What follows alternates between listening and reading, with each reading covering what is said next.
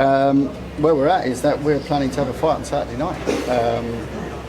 There's multiple tools that we have to fight. We've received pretty much the same statement that's been put out was written to us this morning. So from Team Eubank's side, we've just received a letter saying that they can't sanction it, and that's not the event, but that specific fight, and that's on the basis of it not being in the interest of boxing. That's it. There's no reference to anything else. So it's something that obviously our legal teams are looking at the moment and discussing with the legal team and the board. That's something which I'll find out when I've left this media workout where we're at. What point did you find out about the test results? Because I think I heard you on TalkSport say this was a test that was done end of August, early September. So I just wondered, when were you alerted or made aware of these findings? We've been aware for a little while, enough time. I can't go into exact details, but it's all with the lawyers. Enough time for us to go to a medical side of things first and foremost to check exactly what it meant. None of us are doctors or medical experts, so we sought the advice of medical experts in that field in this country and abroad. That was then discussed internally, and here we are today.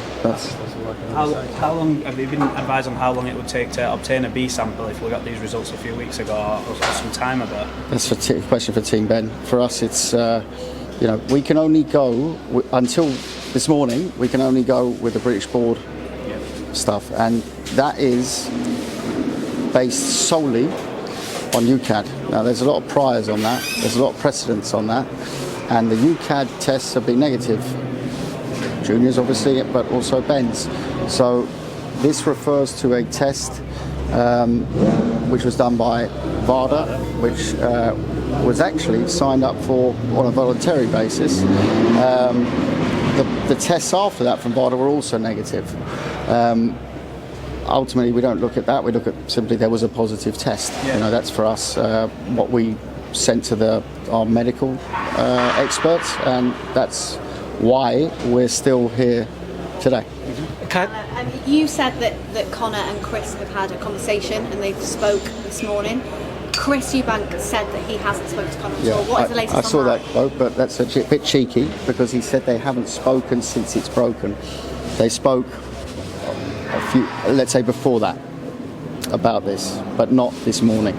So I think in another interview he clarified that. So please don't put that out because that's fake news. That's not what he said. He said we haven't spoken since it's broken. So we haven't spoken is one quote, and we haven't spoken since it's broken is the correct quote. Now that the fight is potentially off, we're not sure if it goes ahead. Is Chris Eubank still going to try and make weight? That's a point we will discuss at the press conference tomorrow. Right now, for me, it's a case of the legal side of things. There's obviously discussions on other points taking place at the same time. But right now, it's finding a way of finding a solution with the board. And if that's not possible, our B's and C's. Kalle, a lot of people are asking, what's the point of drug testing if people are going to test positive and the fight's still going to go ahead? I'm not going to give an opinion on that right now. I think I've made my opinion on doping very clear in the past. We're in a set of circumstances. We've had experts in every field look at those circumstances, and here we are today.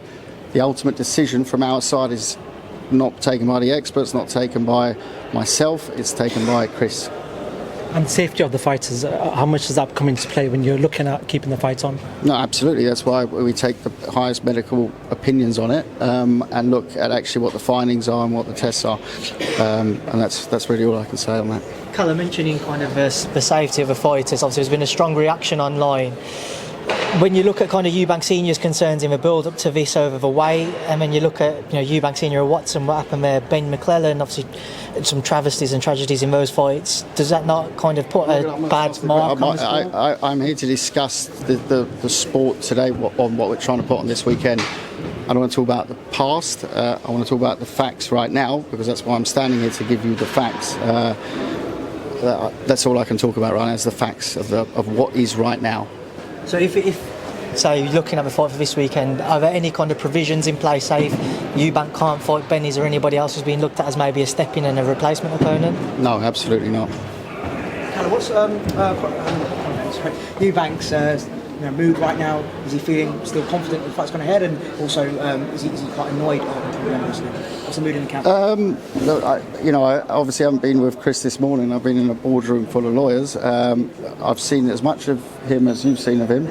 I did speak to him on the phone briefly on the way up here, and he's, I said, well, is it changed since it's broken? He said, no, absolutely not. I'm coming to the workout. I'm not doing that for fun, and it's now down to a little bit out of his hands. So that part we are addressing. Let's say the fight goes ahead and then the result goes against Chris Eubank Jr. Do you think there'll be a bit of resentment there? Because obviously the fight went ahead. That's a question for him, not for me. Okay, guys, cheers. Couch one more. You talk about the medical advice. So are we categorically saying that it's not performance enhancing? That is what's categorically been told to us, yes. Okay. Even though it's on a ban list? No. Like, mate, what is that? You're asking me to state things that, But if it's on a ban list, yeah. Would you not say? First of all, it's on a banned list, which, if you look at the substance, it doesn't call directly for an automatic ban. That's point one. Point two is you look at what the substance does, and this is, once again, this is not me talking. I'm not a physician. I'm not a medical expert. This can be used to raise testosterone. So what's the first thing you think we did? I'm asking you now a question. Check his testosterone. Correct. Thank you. And that was where we said it's not raised. So that was for us the medical advice we received that in part of a lot of medical advice. So that's the best I can give you. I'm not an expert myself on the area. Thank you very much, Kalle. Thank you, Kalle. Thank you.